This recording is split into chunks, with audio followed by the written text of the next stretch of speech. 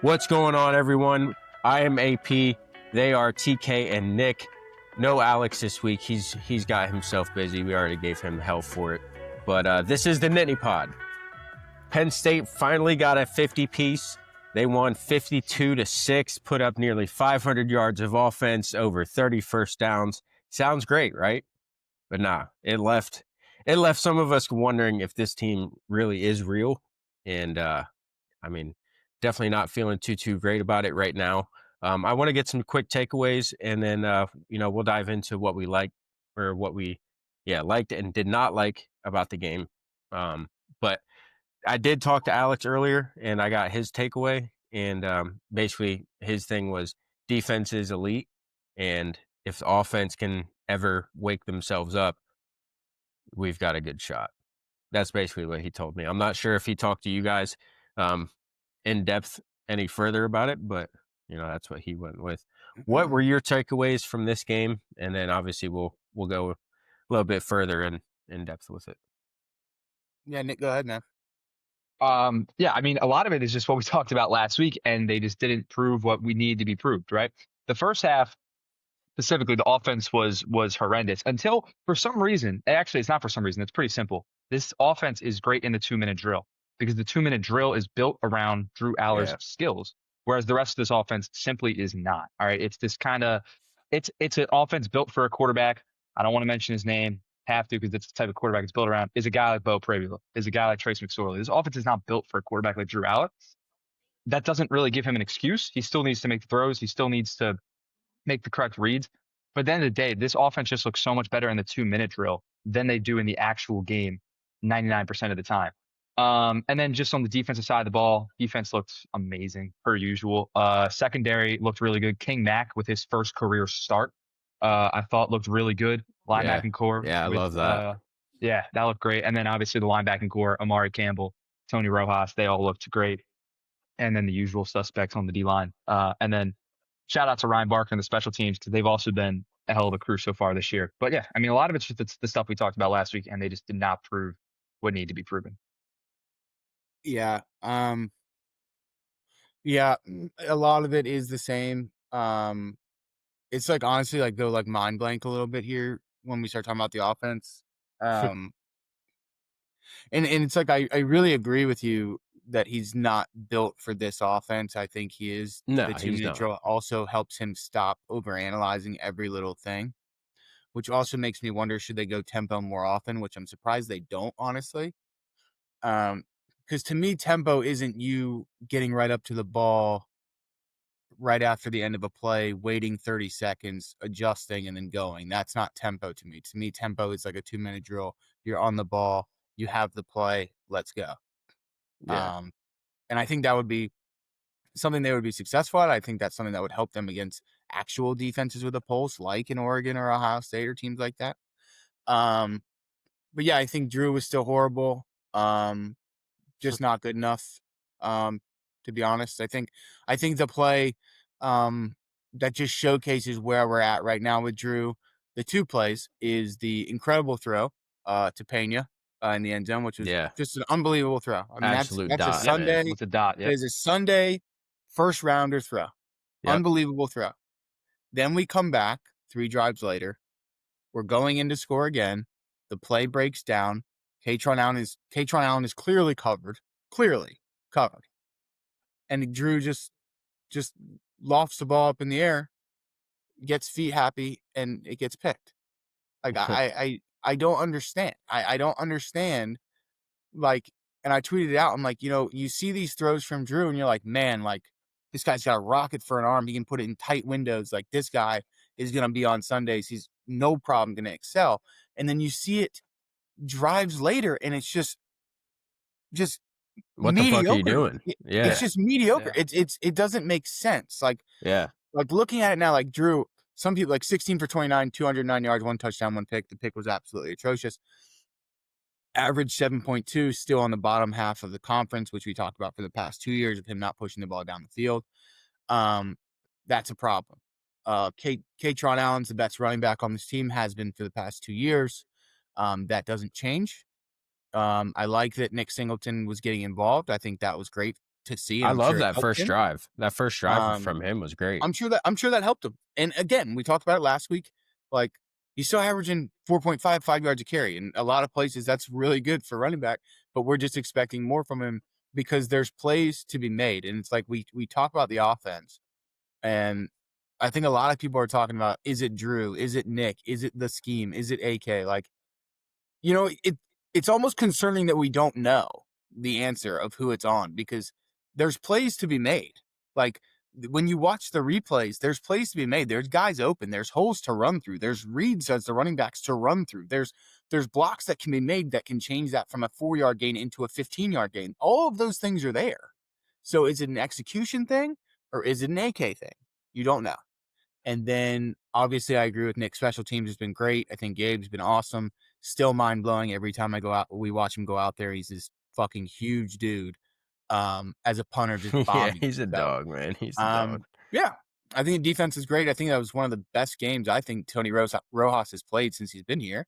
Yeah. Um, Oh, absolutely. He was all it's over just the going to place. be, it's just the offensive side of the ball, man. I mean, you genuinely don't know. Like, I think everyone will call it a preseason, which it kind of was. I mean, all three of these teams sucked. But we genuinely don't know.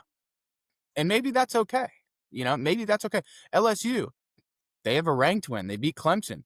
They beat Florida. They beat the shit out of Florida. They got 5 picks and they got 20 points. Who knows? Maybe it's enough. Maybe it's not. We don't know.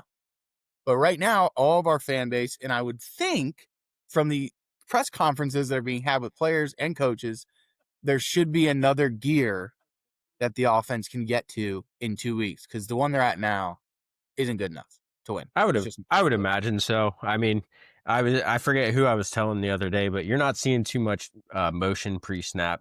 We know Andy Kotelnicki likes his pre-snap motion, so I definitely think there's another gear that this offense has to reach. But it is concerning that at the gear that they are running right now, they aren't firing on all cylinders. That is concerning for me. But my takeaway from this game, this defense has the ability to, or has the game altering type of ability to really carry this team. It's on the offense to, play actually complementary at some point, so the team can reach the goals that we all think that it can. But the defense can absolutely carry the team. I mean, this defense looks incredible. Through 3 weeks, you have multiple defensive linemen with interceptions. Denai Dennis Sutton is playing like a man with his hair on fire. I mean, he's going absolutely insane. It's nice to see really every level of the defense is getting involved. Zakee Wheatley looks incredible. I mean, I can't say enough about the way that this defense has looked so far. They do have to clean up a little bit of, a few things. The tackling, I think, needs to get cleaned up a bit. But all things considered, I mean, they look incredible. I don't see any sort of fall off from last year, and fuck that 3-year bullshit that Ohio State fans were talking about. And let me just touch on 2 things that TK said about the offense. The first thing was about just why aren't they running the up tempo more? And that's like this whole thing I keep saying about how like everyone's like, oh well, they're just running this vanilla offense. That's why this Oregon game is going to be so important, because is this the real offense that you've been running for the last 3 weeks, or is this some bullshit off? I mean, at the end of the day, we talked about this last week. It doesn't matter anyway, because you still got to make throws, still got to make blocks. But this is a big game for AK. Like, are you actually making these play calls like legit? This is your playbook, or do you have something special planned for the Oregon game? And then the second thing was about Singleton getting involved. And James at his press conference is like, oh yeah, that was just a coincidence that Singleton got triple the carries of K-Tron this week. I'm like, come on, dude. We all like, dude, we know what you're trying. Like, stop bullshitting us. We're not stupid. Like, we know we're okay with it too. We need Singleton to get us back on track. But don't come in here trying to tell me, oh, it's a coincidence that he got triple the carries and K-Tron barely got any touches before the fourth quarter, for the second half. I like Pena. I like Pena getting touches as well. I mean, that was an interesting rank. Pena looked really good whenever he got the ball. I did like what I saw out of Singleton. I mean, obviously, there's definitely steps that he still needs to take. He wasn't firing on all cylinders, but I think he looked pretty good for compared to the rest of the season so far. That first drive, he looked sharp. He's hitting the hole. He just needs to be more elusive, man. Like he's not making anybody miss.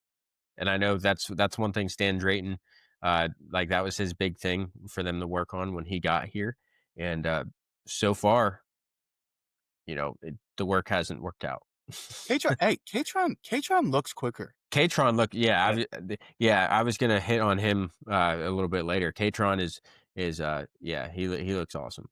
Yeah, the guy called Fat Man looks quicker and elusive than the guy not called Fat Man.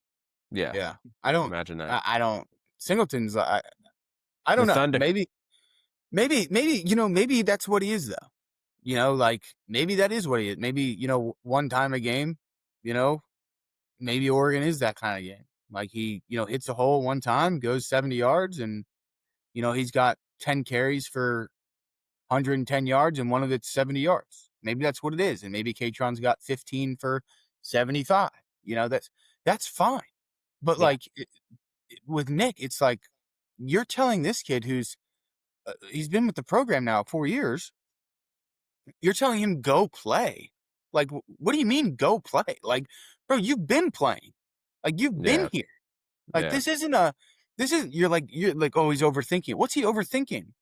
You're not doing anything special. This is like if this is the playbook, this is bare bones. Like, he's not having to do anything special. Like, there's nothing to overthink. Copy and paste to Drew Aller. Yeah, I don't understand how in year 4, Drew Aller and Nick Singleton are both overthinking so much. Yeah. I just don't. I don't get it. Until this Oregon game, Drew to me is average college quarterback.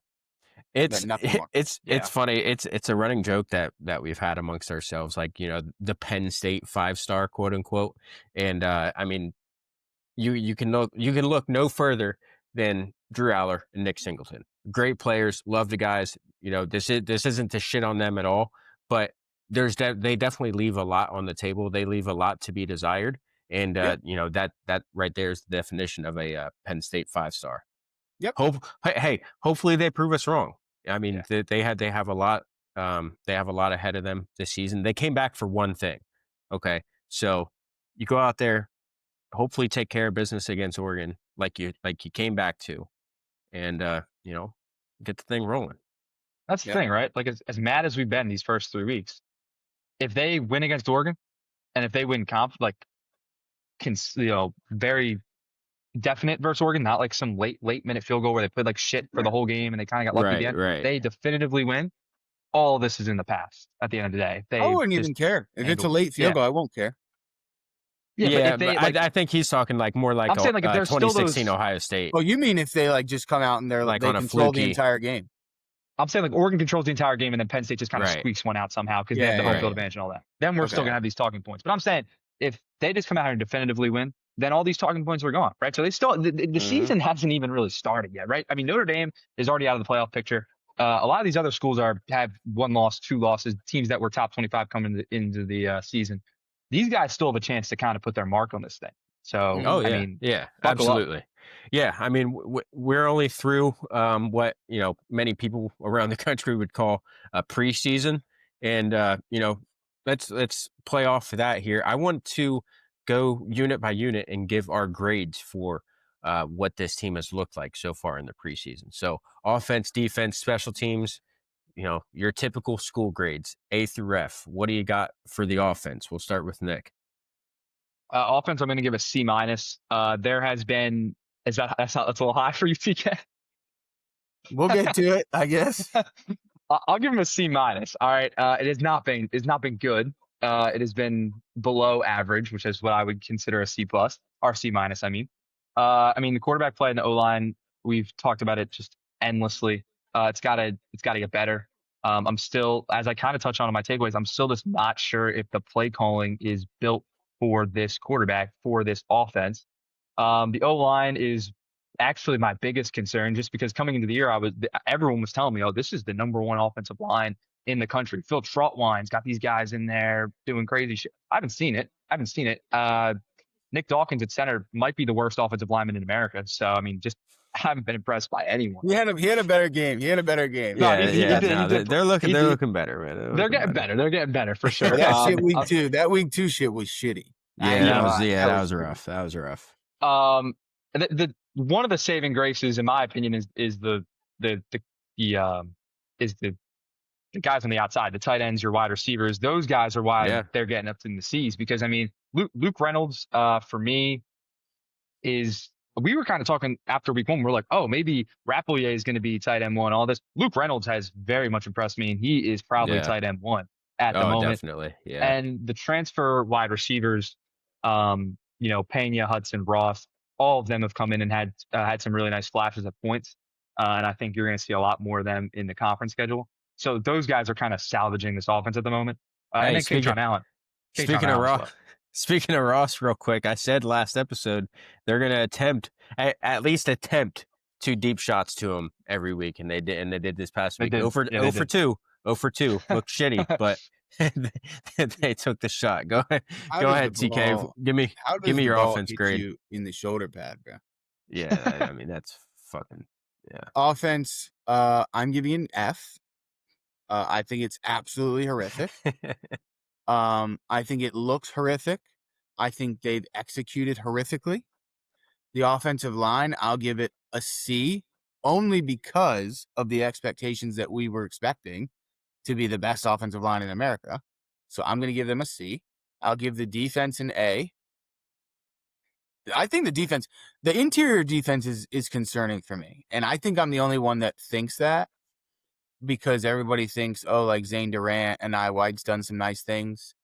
The interior of the defense on the defensive line is concerning for me when we get into conference play. I really like what we've seen out of Xavier Gilliam. So we'll see. Go ahead. Yeah. We'll see how that shakes out. To me, it's a little concerning.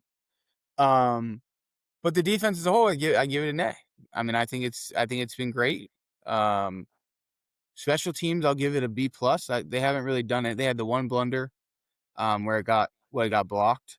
I mean, that's what's so tough. Like you start law of averages, right? So you went F on the offense, and then a C on the offensive line, an A on the defense, and a B plus or an A on the special teams. It's like, so you average that out, it's like, man, you're still a pretty good football team with the offense doing nothing. So we'll see.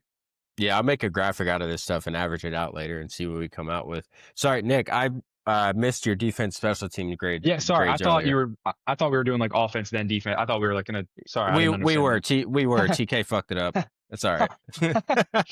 All right. No. So defense. I'm also gonna give an A. I think that's pretty clear. I mean, the linebacking core, especially when Tony Rojas is out there, is just one of the. I mean, that's LBU, right? That's what it's supposed to be. Defensive line, obviously, Denai Dennis Sutton is probably a first-team All-American. I mean, maybe not. Maybe second-team All-American. I mean, he's an All-American, though. I mean, whatever it is. The way he impacts the game, yes. I don't think he's putting up the stats to get it. Yeah, no, that's fair. I agree with you. That's fair. Yet. Yeah, give it time. Yeah, for sure. And then even the secondary, I mean, has been very good as well, which honestly was probably coming into the season arguably the weakness of the defense. Not that it's really a weakness. It's not. But of the 3 groups. But it's been awesome as well. And then the special teams, I'd give an A minus. Again, they had a couple of blunders on the kickoffs, but I mean, Ryan Barker has been a very consistent kicker, and hasn't, because we've been talking so much shit about the offense, we haven't really been able to give him his fair credit. He's been great. The punt game has been very good. There's been some nice returns at times. So yeah, I mean, it's A and A minus. You said A minus for special teams? Yeah. Yeah, you're like pretty much in lockstep with where I'm at with this. Offense, I'm same as you. I'm going C minus. I'm not as harsh as TK on the offense here. That's insane to me, dude. So the offensive line does look like they're coming into form. I think pass protection wise, they've been good pretty much all season. Run blocking, they look much better week 3. Obviously, we know this stuff with Nick and Drew. I mean, we can talk about that until we're blue in the face. They have to be better. They need to be better. But Katron looks incredible. And then, like Nick was saying earlier, the wide receivers and tight ends. I'm impressed so far. Maybe if they were at Ohio State, they wouldn't be impressive to them so far. But I liked what I've seen out of them, especially Luke Reynolds. And there's definitely positives to look at from the offense, but there's a lot more negative. I mean, they've been way too inconsistent. And then the stars on the offense, Drew Aller and Nick Singleton, they've been bad. So Yeah, I mean, I can totally understand why you're going to go with F, but I think all in all, I'm looking at a C minus for them. Um, Defense, I'm also going to go A minus. I think, like I said earlier, they have the ability to carry this team. They do have a couple things to shore up, but I think all in all, this is a unit the team can lean on. And then special teams, I'm going to go with an A. I actually think this is the best unit on the team right now through 3 weeks. Like TK said earlier, the only blunder that they have right now is the blocked kick, the blocked field goal. And obviously, Gabe Nwosu has to clean up the kickoffs out of bounds. That's the only reason why they're not an A plus. But I mean, Ryan Barker's been locked in. Gabe Nwosu punting looks great. I think Devontae Ross looks like he might pop one at some point. He might pop one or two this year, the way he's looking so far. So I'm liking the special teams a lot, man. But offense definitely got to pick it up if the team is going to do what we all want. So AP, what is preventing you from giving the defense an A? Why are they an A minus? The tackling, the tackling. Okay. There's been way too many times where, it's 3rd and 8, 3rd and 9. I think it happened a couple times against Villanova. 3rd and 8, 3rd and 9. A little pass underneath, and the tight end is bouncing off a tackle and gets the first down.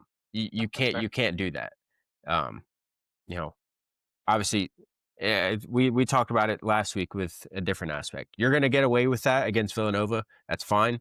But when you're playing against Oregon in the whiteout, when you're playing against Ohio State, that's going to bite you in the ass. You can't do that. Yeah. Yeah, sure. Let's do players of the year so far. We can go a few different directions here. So I'm interested to see who has been the best player, most impactful player, however you want to go with this, make it your own. Who's the best player on the team this year so far? Offense and defense, or just one overall? Overall. All right. I don't know if this is a hot take or not. I'll take Tony Rojas out of the linebacker room, just because when he is on the field, and we've talked about this before, that defense just looks so much different. All right. Yeah. And I mean, you could go deny Dennis Sutton for sure on defense as well. There's a lot of different ways you could go on defense. But for me so far, it just has to be Tony Rojas. I mean, especially with the defense that Jim Knowles runs, it's a very unique, it's a very unique set of defense that you don't really see that often. It's not exactly the same as what Tom Allen was running or what Manny Diaz was running. So it does take some time to adjust to, not 3 years, contrary to what our friends in Columbus would say, but it definitely does take some time to adjust to. And I mean, this defense has picked up really quick. And I think that is because of veteran leadership, from guys like Rojas, who have been there and just, they know how to play the game the right way. And I see a massive difference from when he's on the field versus when he's off, especially the first 2 weeks against Nevada and FIU. I'm pretty sure he was not on the field either time that those two teams scored. And those offenses were moving a little bit faster when he got off the field. Yeah. Yeah. I mean, I like Gross as well and what he's done. I'm going to go the opposite side of the ball for the same reason.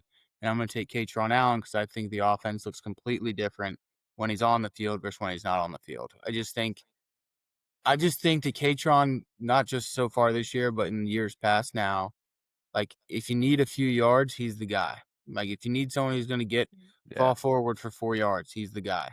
Like if it's first down, second down, third down, doesn't matter. Also, I always thought Katron was a better receiving back than Singleton was. So I just think for me, because the defense is so tough because the defenses look good, right? So for us, like who's been the most impactful? I feel like it has to be Katron for me, just because he's the one really moving the offense forward, even though he's doing it from the running back position instead of what you would expect a quarterback to do. Yeah. Yeah, no, I like that pick. I think I was probably leaning that direction, but I'm going to go a different direction here. I'm going to go with Ryan Barker. We've got all three phases of the game covered here, but no, genuinely, I think Ryan Barker has truly been the best. He's been the most consistent player on the team so far this season. That's for sure. He's 9 for 10. Like I mentioned earlier, the only miss that he has was a block. And I mean, he's been absolutely locked in. I almost wish he was the guy doing kickoffs because I'd just like to see how he'd do that. Going back to earlier, need to clean that up a little bit, but I like the way that he's been playing so far. Yeah, he's the best player on the team right now. I mean, it's just hard for me. Which it's tough. That sucks to say because you don't want mean, the when best the player on the. kicker's your best player, that's not a You good sign. guys gave them a C offensively, and now we're saying the kicker. The kicker is not a good sign. That is not. Yes, I mean, no, dude, that's bad. Like that's really not good. bad. That's not good. Yeah, maybe it's good. Maybe it's good for when you need him, right? If he kicks a game winner against Oregon or Indiana or Ohio State or whatever, sure, that's awesome. Best player on the team. But for right now, kicker should not be the best player on the team. No, I shouldn't say best player on the team. He has been the most consistent. I mean, the best player on the team, which probably is true. Denied Dennis Sutton or whatever. Has been. But he's been most consistent. He's probably scored the most points on the team so far. The Nick's been in the end zone 5 times, but which is crazy. To think about because he looks so shitty. It's crazy. He's gonna score 15 touchdowns this year and look like shit.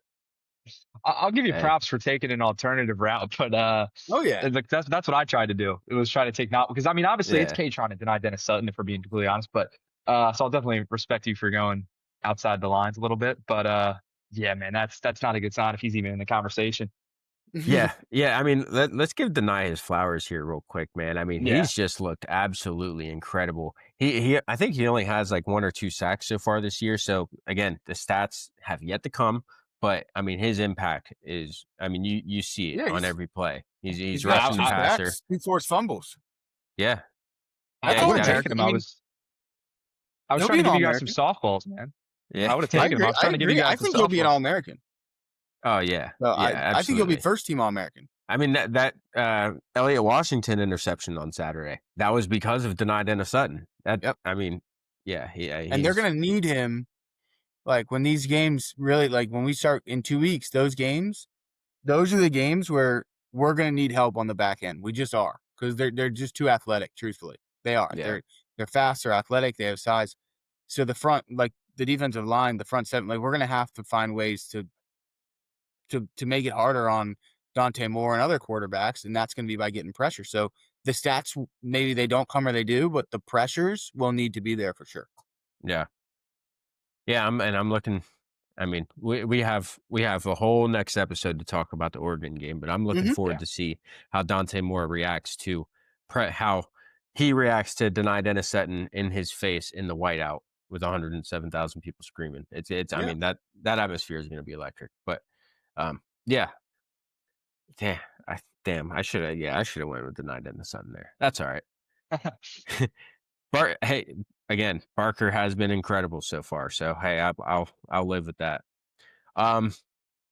So through this preseason so far, there's definitely a lot that we have bitched about because there is a lot that concerns us. What are your guys' biggest concerns heading into the bye week, heading into conference play? I mean, the next time we see this team, it's going to be against our second biggest threat. So,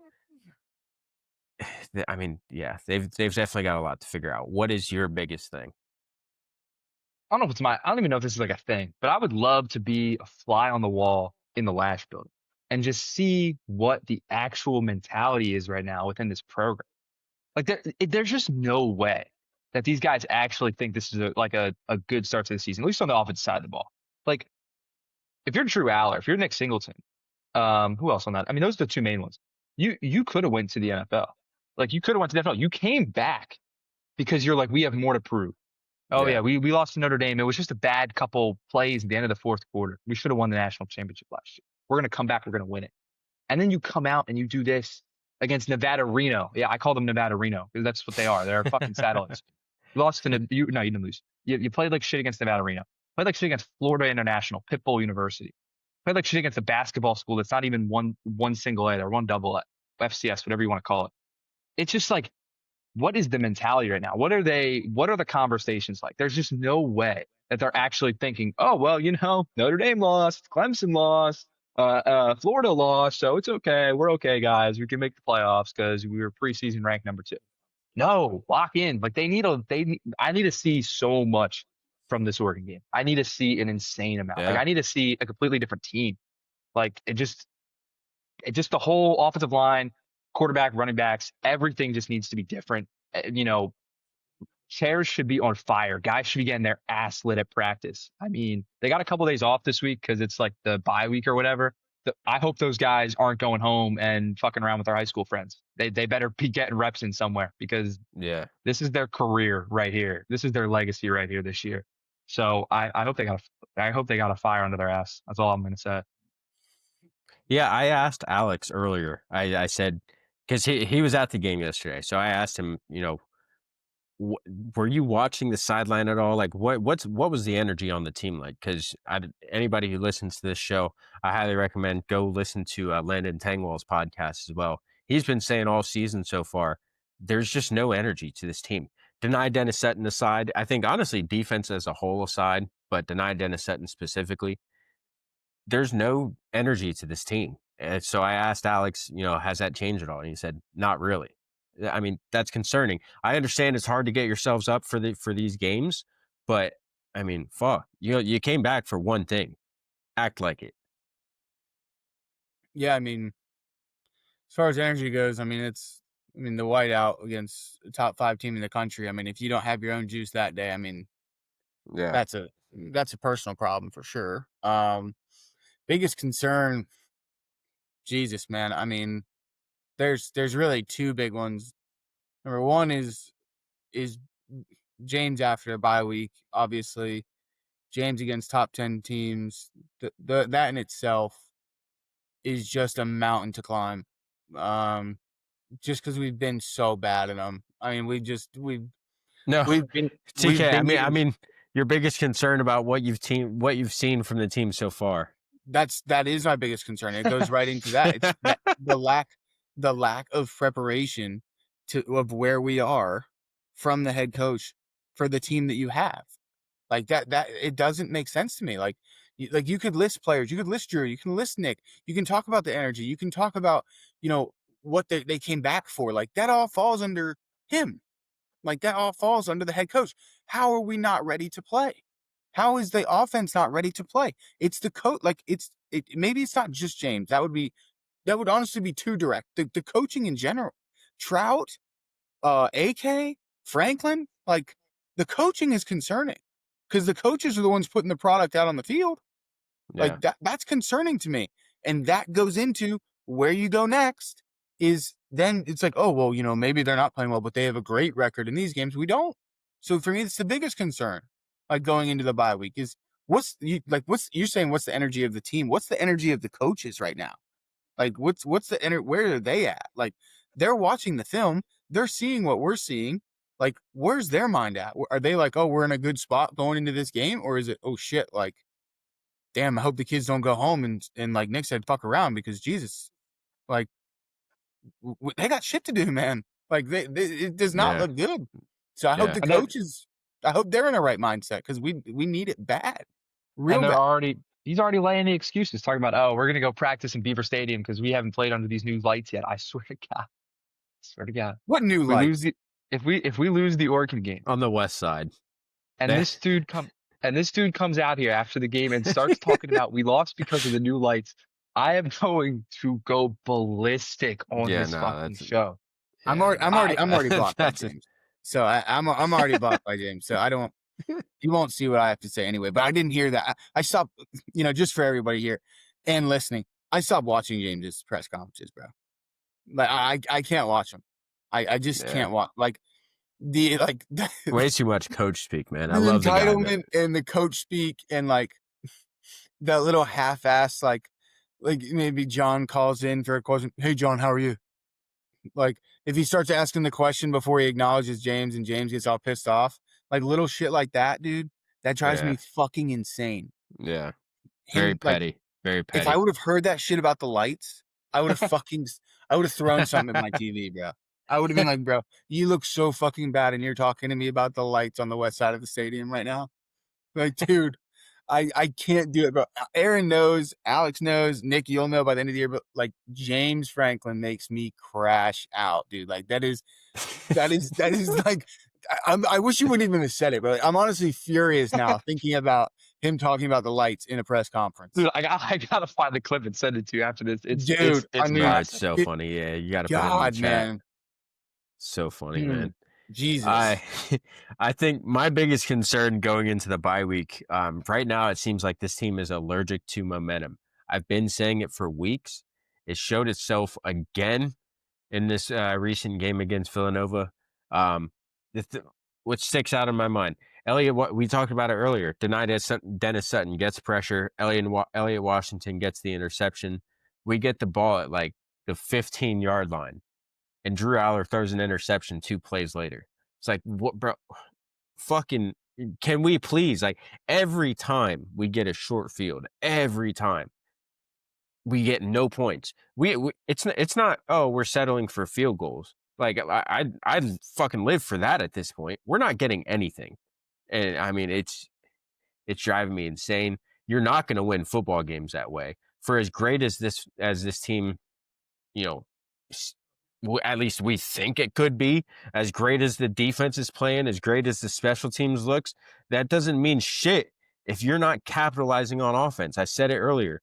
The offense at least has to be opportunistic, at least be complimentary at some point. That's all I'm asking for at this point. I don't even need you to be dynamic anymore. Just fucking be complimentary at some point. Yeah. I mean, that's really it right there. I will say, if like the whiteout, when we get there, if we go down the field and get in the red zone and score a touchdown, I'll know we're on ass. Like Yeah. like it's to the point now where if we get the ball in, their side of the field, or we capitalize on a drive and finish a drive in the whiteout, I'll be like, all right, we're here. Like, we're locked in because we have not done it. Yeah, absolutely. That right there will show you this team's mentality did switch, and that's the thing that's always a big question, because teams do sandbag a little bit for some of these lower games. Georgia has done it plenty in their tenure with Kirby Smart, but we know Penn State isn't really capable of flipping that killer switch. They're capable of turning it on for the Minnesotas, Purdue's of the world, but they're not able to, flip the switch from looking like shit against Villanova. Or I mean, it sucks. It's tough to say they look like shit in the 52-6 win, Yeah. but you get what I'm saying. And Like, if you actually watch the game and not just the box score, you know what we're talking about. It's I mean, it was apparent. oh, speaking of, There are people that do that though. That just look at the box score and say, "What are these guys?" I know. That's why I said it. Oh, I know. that's your typical AP voter. Fucking yeah, pretty much. I have no idea how we're still ranked number 2 in the country. That was crazy. This past week, all the craziness with that Florida voter. That was nuts. Hey, we didn't talk about it earlier. How about the bad beat on this Penn State game this past weekend, man? Wow, man. I think I might have fucked up the intro earlier and might have said we won 52-0. We won 52-6, thanks to literally a last-second play. I mean, just absolutely brutal. Bro, also a disgusting catch. Like, yeah. I mean, that was filthy. I mean, all credit to him. Like, hey, yeah, more power to you, man. Yeah, that was all effort right there. Anything else you guys want to talk about from the Villanova game? Preseason at all? Concerns? No, I mean, bright spots. It's a big one coming up. Look forward to previewing it with y'all. Yeah, all eyes on Oregon. As we head into the bye week, it is going to be an interesting week 4. We've got quite a few interesting games to watch. So let's go in and pick a few of them here. I want to start off Texas Tech at Utah. That game right there. Those are my top 2 Big 12 contenders, in my opinion. They might rematch. I mean, Utah runs a great program. Kyle Whittingham is one of the most underrated coaches in the country. Texas Tech. Texas Tech. Texas Tech's got a lot of money. They got a lot of money invested in that program. They spent like $20 million in NIL this past offseason. But I'll take Utah at home. I'll take Utah. I think they are really good football. I'll take Utah as well, even though obviously the past 2 years I have called them a dog shit program since we beat them in the Rose Bowl, but I will take Utah as well. Yeah, TK has made a living out of shitting on Kyle Whittingham in Utah. That's why he was laughing at you. Give me Utah here. They're at home, but I do like Texas Tech this year, man. I would not be surprised if they go in there and pull it off. Let's go Auburn at Oklahoma. Jackson Arnold going back to his stomping grounds last year, maybe for some revenge. How you guys see it Not a, playing out? yeah, no, I don't think so. I like Oklahoma in this one. John Mateer is really fucking good, man. He could end up in New York City at the end of the year for the Heisman. He is legit, man. I'll take Oklahoma. I don't love Auburn, honestly. Yeah, I'll take Oklahoma big. I will Big, wow. also be taking Oklahoma big. I think Mateer should be in New York. I Big, 100% wow. agree. Wow. I'm gonna go Oklahoma Pretty here. sure I got shit on the picks last week, by the way. I don't know if I got a single one right. Yeah, Clemson and Duke were not nice to you. Those are the two I remember. Yeah. I don't remember the other Yeah, ones. like what was that? Like that's insane. Comes back on the show and his lock of the week gets fucked up right away. Yeah, see, like that's insane. Like I was 3-0, now I'm 3-1. This is bullshit. That's nuts, man. I'm gonna go Oklahoma here as well. Again, home. It being at home is a factor. If this were being played at Auburn, I would say them in the upset. But I do like John Mateer at home here. All right, let's see if we can change it up here a little bit. Let's see if we can mix it up here a little bit. How do you feel about Michigan at Nebraska? Sharon Moore not coaching at all this week. That should definitely play a little bit of a factor into at least the game planning and how the team prepares. What do you see? It's actually Patrick a tough one. Mahomes Jr.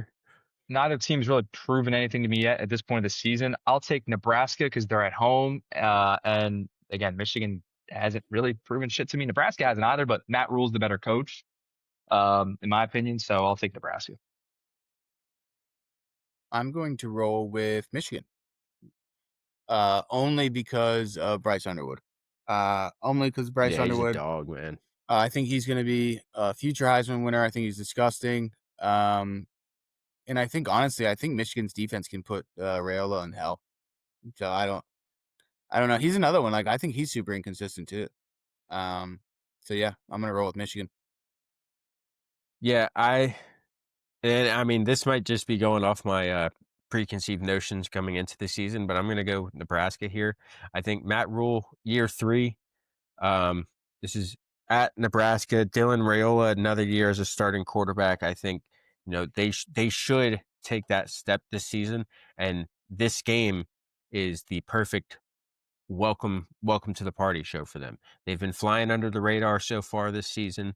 I'm pretty sure they've been doing some pretty good things. And if they go in, take care of business, what the hell just happened? Sorry, I had to change my phone. That was insane. Yeah, that was wild. That was wild. But yeah, give me Nebraska here. All right, South Carolina, Missouri, Bo Pribula, future Heisman winner. How do you see this playing out? South Carolina was one of my favorite teams coming into the season, and they've not impressed me so far this season. Diego Pavia just looks so good against them this past weekend. Looked like the better quarterback in that game compared to Lenore Sellers for sure. I will ride with Bo Pribula and Missouri. They played really good to start the season, in my opinion. South Carolina has not. Simple as that. Oh man. I'll take Bo as well. I was about to say you can't go against Bo here, bro. It's just, I don't know, man. It's tough, dude. I just feel like it's kind of a ticking time bomb. It's nothing against Bo. I just think it's kind of a ticking time bomb as a whole with Bo. I just feel like he's riding this high. And I feel like everyone, like the hype is almost somewhat compared to what Drew is doing, like nationally. It's like, oh, Bo left and he's winning at Mizzou and doing this and that, and Drew's doing this. Like, it's not all about Bo. It's like almost how bad Drew's struggling. People are uplifting Bo. But I'll roll with obviously Mizzou. I don't even know if Sellers is going to play. So yeah, Should be Mizzou. AP, before you make your pick, let me just comment on that real quick because the whole Bo and Drew thing right now is kind of annoying because everyone's like, oh, they Yeah, should have kept yeah. Bo. They should have kept Yeah. Bo. Oh, would you have said that back in January when you were one pass away from going to the national championship game with your Right. 5-star quarterback who's supposed to go to the NFL? Then would you have been happy if they picked Bo over Drew? Like, no, you wouldn't have. Like the whole Bo Drew discourse right now is just annoying as all hell. Yeah. It wouldn't be a it's always conversation if Drew wasn't struggling. It wouldn't be a conversation. No, yeah, I agree. It's I agree. it's always easier to say in hindsight for sure. Yeah. Yeah, I'm gonna go Bo here as well. Like he's winning the Heisman. This is gonna be another game to put him on the Heisman radar. This is gonna be another game to put him on the Heisman radar. And yeah, I think I think they're gonna take it to South Carolina here. Illinois at Indiana. This is a ranked matchup in Bloomington. I'm not sure what to think of either program right now. How do you guys see this playing out? This is the problem with the AP poll. How the hell is Indiana a ranked program? They played absolutely nobody. It's all based off preseason hype, and we're 4 weeks into the year. season. We're 4 weeks into the season, and we're talking about preseason expectations. Indiana, to me, they don't impress me at all. They did look really good last week, albeit it was Indiana State. They looked good against Indiana State. Larry Bird wasn't on the field, so I'm like, whatever. I'm not that impressed. Like, give me Illinois. Give me Illinois by a lot. Illinois has done a lot more to impress me than Indiana has. Illinois went into Duke and really played well. I mean, against they did.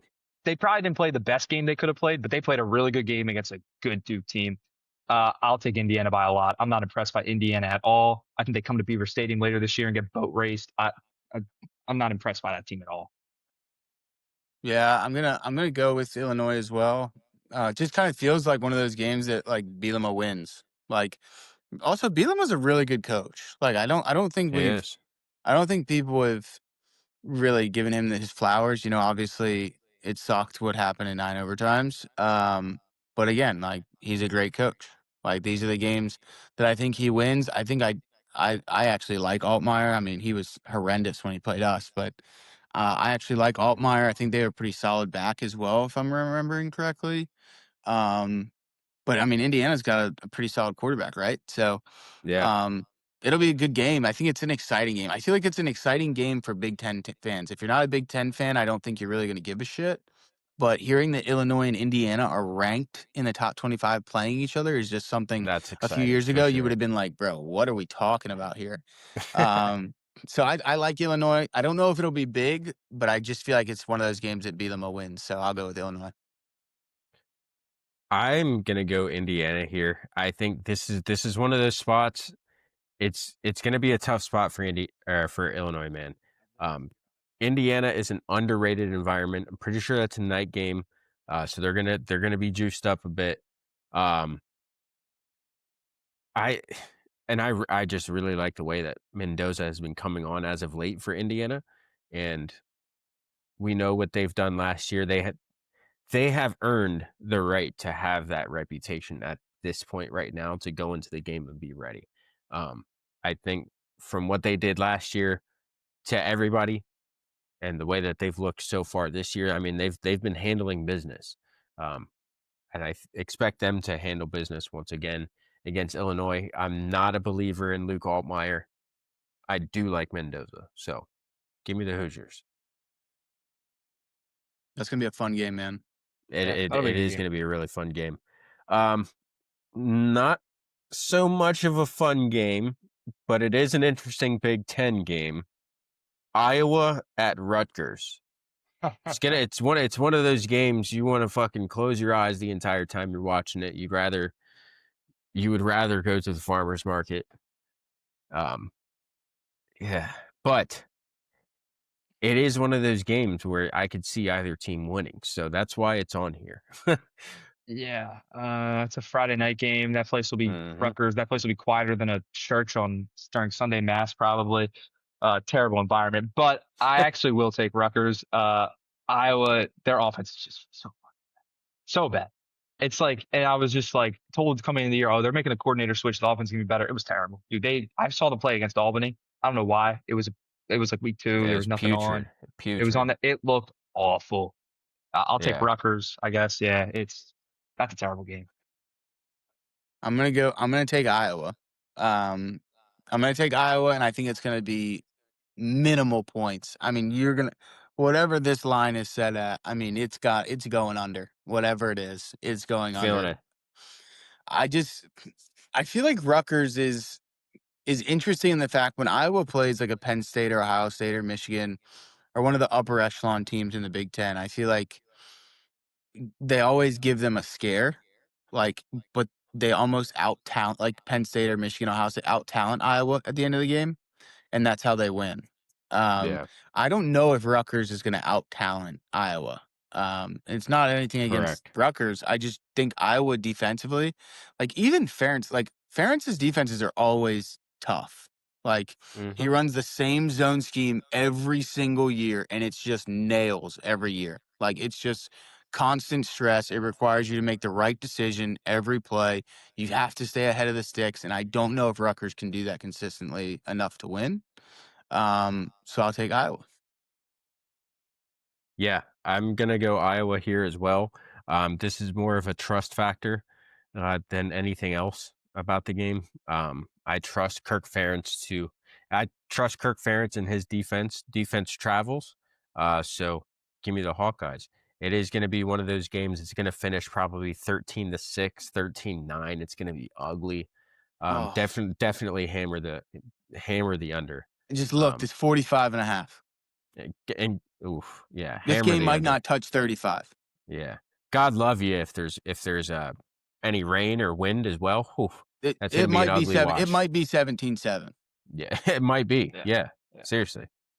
So Um, another Big 12 matchup here. Good fun one. SMU at TCU. Battle of Well, Dallas SMU's Fort in the Worth. ACC. Funny Oh, enough. God, I keep fucking. We were talking about this earlier. I forget if this was during the show or before we started It was recording. before. Yeah. That, bro, this college football alignment is fucking me up, man. There is no reason why SMU should be in the ACC. Like Zero reason. I get the money and all that. I mean, there should be a way to figure it out otherwise, because that's bullshit. Yeah. They no, should it be in is. the Big 12 with every other Texas school. Yeah. Yeah. Actually, But they can do a straight up trade. SMU and Cal and Stanford for Cincinnati, UCF, and West Virginia. There you go. Just figure out your whole problem. Anyway, yeah, though, that's a fun game though. They're both in the Dallas area. I think the schools are maybe less than 45 minutes apart, so it's like kind of a cool regional rivalry. I'll take SMU. I'll take SMU. TCU is a really good team. I like their quarterback. They played really well against North Carolina. I don't know that much about North Carolina yet, to be quite brutally honest, but TCU played really well against them. But maybe this is just a bit like last year bias because I haven't really seen much of SMU, but I'll take SMU. I'm also taking SMU. I also would reiterate the fact that he said that I still have no idea what TCU is. So I'll roll with SMU. I like SMU's quarterback. Obviously, we made him look fucking horrendous. But I think they don't have our defense, so that wouldn't be a fair comparison. So I think I think they win. Yeah, SMU does look good here in this spot. My only concern with them, that Baylor game, their defense looked stinky, and they had that game in their grips, and they let it go. I wonder how that messes with their mentality coming into this next week. I do believe this is a bit of a rivalry game as well, so TCU is going to have a little bit of an extra edge. They're at home. Give me the Horned Frogs here. One last game that I want to talk about because this game is so interesting to me. Another game. If it weren't for college football realignment, I mean, this wouldn't be happening. It's absolutely hilarious. Michigan State going out to LA to play the Trojans. 11 o'clock kickoff p.m. Yeah. AP, that game might interest you. It doesn't interest me at all. USC is so much better than Michigan State. They should win by 30. USC is probably, in my opinion, so far a top 15 team in the country, and Michigan State is. They should be ranked. Yeah. Yeah, I think they are today. I think they're 25th. somehow. The They found TK it. poll They had them snuck ranked in. already. Just to be clear, the TK poll did have them ranked already. So Yeah, everybody go check out the TK poll. Comes out Yeah. weekly every Sunday. Jesus Christ. Yeah, USC by a lot, like by like 30. Yeah. Yeah, USC by a million. Like Yeah. Marsh. I look forward to seeing him catching touchdowns at Beaver Stadium next year. I mean, if we're going full on Adidas, We never even talked about that. No, I bought like 15 things worth of Nike. I just refuse to wear the stripes. It's disgusting. What a horrendous fucking product. That is so fucking bad. But anyway, when Marsh leaves Michigan State and comes to Beaver Stadium next year and is catching touchdowns in Adidas, then we'll give Michigan State some credit. But until then, this is going to be a belt to ass situation. USC is going to make Michigan State look real bad. That's going to be real bad. Yeah, I'm with you guys there. I just wanted I was see praying how I was praying you were about to take Michigan State. No, I was God, praying no. you were about to do it. No, USC is going to hammer him. USC has one of the best offenses in the country right now. I agree with Nick. I think they're a top 15 team at the moment. They should. We talked about it. I think they are ranked, but if they aren't, they should be. And they should have been already. But yeah, I like that game just because it's kicking off at 11 o'clock. Michigan State fans are going to be in hell staying. Well, good for them. It might be over by halftime, so they can go to bed at a decent time. But yeah, that's got to be such a struggle to stay up that late. I can't do it. I try every season to stay up late and watch those late window games and like actually make it through. Never do. Can never make it. Just wanted to say, because I just clicked this, even though obviously we're going to talk about it next week. On ESPN Sportsbook, the worst sportsbook there is, Penn State is now favored by 6.5 That's fucking crazy. That's insane. against Oregon. So Oregon is plus 190. So if you want to make this bigger than the game, and if you'd like for Vegas to have to get involved, you would go and hit plus 190 and put a metric fuck ton of money on Oregon to beat Penn State so that Vegas helps us when it comes game time. Just wanted to put that out there. Just wanted to let you know, because I'll be doing it. So if you all want to join in, if we need sports rigging going on, that's what we can do. 100%. Speaking of ESPN, I don't know, AP, if you noticed, we just picked like 7 games, and we didn't pick the game College Game Day is going to, because the game they're going to fucking sucks. I don't know why they're going to that.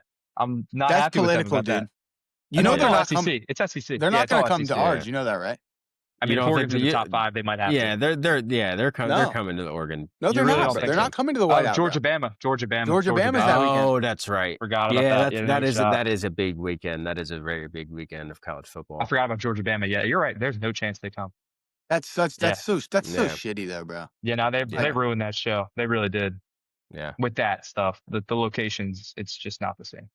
6.5 goes back into the realignment and everything, man. It all comes back to the money, man. Yeah, such bullshit. No, for sure. Ruining the sport we love. We'll still watch it though. Still watch it. We bitch and complain about it. Yeah. About all the moves that they're. Yeah. Lock of the week is simple though this week, fellas. Time to go 4-1. The Duke Blue Devils against NC State. I like that. Yeah. I might go to it. CJ down the street. Maybe I'll go. CJ Bailey is a fun watch, man. CJ Bailey is good at football. Yeah. So when's Brent Pry's plane landing at State College Airport? What position is he taking? Here's what I'll say. That job is a lot better than the other job that opened today. The UCLA job might be the worst Power 4 job in the country. Yeah, and the Virginia Tech job, they don't have the money, but they have a great fan base. And if the administration actually starts to, pump a little more money into it, that's a pretty good job. Brent was kind of acting like it was year 1 at his press conference last night. I saw some comments he made after the game where he's like, oh, well, we're still improving. Well, you've still lost to Old Dominion 3 times while you've been the head coach. So Ricky Ronnie. And the last one was the worst. Job. Yeah. Would you take him? As a special assistant? Yeah. Would you take him? as like some sort of special assistant. Like, I'm not taking him as defensive coordinator again. No, Fuck no. But would you take him on the staff? Yeah. Oh yeah, for sure. Yeah, I would. never. No. No. Wow. Where? Because of the way he left, or because you Just just don't where? think there's room? I mean, you can make throw up him a anywhere on the bullshit role staff. for him. Yeah, Just have him Why would doing I make a film. bullshit role for somebody who left and took some of the coordinators with him? Because James is. Yeah, Tyler Bowen is at Ohio State now because he left with Pry. So why would I do you that? You do have a point there. I don't know. I think him and James go back along. They go back to Vanderbilt. Yeah, so. I mean, yeah, their relationship is bigger than. We talked about this. It's bigger than football. I don't remember when we talked about it, but obviously I hate Tom Allen. I hated him before he came to Penn State. But Penn State fans might not want to hear, but Brent Pry probably played some of the most passive, soft, pussy defense out of those three coaches that we've ever seen. Yeah, like that was the most passive defense between the 20s that you'll see at Penn State. Bro, if we got if our defense was in a third and 15 plus scenario, they were giving it up. Yeah. Yeah. They were playing 15 yards off. Mm-hmm. Yeah. Coming up, missing 2 tackles, giving up 16 yards. Yeah. I would not take him. I would not want him back. I'd take him as like a linebackers coach or something. Maybe. No. Dan Connor is a great linebackers coach. Fuck that. You know what they need to do? I don't care if it's in the season, whenever. They need to give Deion Barnes a blank check and say, how much money do you want? Yeah, for sure. Like, you have to hang on to him, bro. Do you want to talk about the? I know it's off topic, but do you want to talk about the Adidas thing for a second? We can, yeah. I mean, you had similar thoughts to me. Yeah. It's old news at this point, but yeah, I mean, I'm right there with you, TK. I'm not an Adidas fan. I mean, look, if they're supporting Penn State and what we buy as fans from Adidas goes directly to Penn State, and I know damn well that what I buy from as an Adidas product is helping Penn State get X player, X 5-star, great, I'll fucking do it. But I'm not a fan of Adidas, never have been. I made my arguments on Twitter about how Nike is the premier athletic gear. Like, I don't care. Like, there's people out there who think fucking Old Navy performance gears perform just as good as Nike. They fucking don't. There's a reason Nike is number one, and it's not just because of the swag, not because of the brand product, the product knowledge or anything like that. It's because they are the best. So I'm still kind of pissed off that Penn State is switching to Adidas. In my opinion, Adidas has always been the brand that you correlate with high school football programs and D3 colleges, not major college football programs, not Penn State. Like, Penn State has always been, in my opinion, and obviously this is a very hot topic thing to say, but Penn State has always been up there with the Ohio States, the Alabamas, the Oregon, as far as a brand recognition. So Penn State going over to Adidas, that's a major fucking blow, in my opinion. Everybody can kiss my ass if they want to say, oh, you're acting like a 13-year-old. It's true. Like, Nike is the premier sports brand, and Penn State is leveling down by switching to Adidas. It's great that we're getting money. I love it. It's going to help us in recruiting. Recruits don't really care anymore. That's great. I don't like it, though. Yeah. I mean, I share the same thing. I just think, like the 300 million is insane. Yeah. And obviously, if it'll help us in NIL, then it'll help us. And God knows that's what football is all about now, is NIL. So, but yeah, man, it just looks shitty. It's gonna look weird as fuck. Like, it's gonna look weird. Like, everybody's like, you guys don't even have like crazy uniforms. I'm like, no, but it's like, yeah, it's not like, if there's a stripe, like if there, I don't know, like it's not weird. Like, not that they're really airing any commercials for football programs or anything, but like you see a Penn State football banner hanging up somewhere, and you see that Nike logo on there. It looks right. You're going to see it now with an Adidas logo, and it's going to look fucking weird. It's going to take a minute to get used to. We will get used to it. It's going to be water under the bridge after a couple years, and all this is, whatever. But it's weird, and I'm not a major fan of it. So call me a child. I don't care.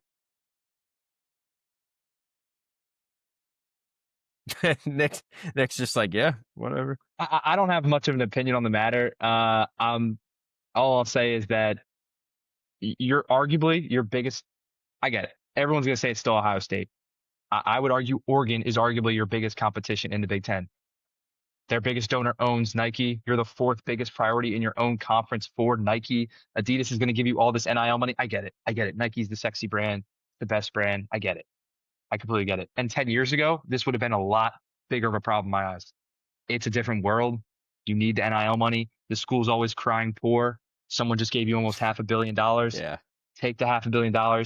Become arguably probably the biggest brand at Adidas. I mean, Tennessee and us, absolutely, yeah. It's not that far, but I would say we're a considerably bigger brand than Tennessee.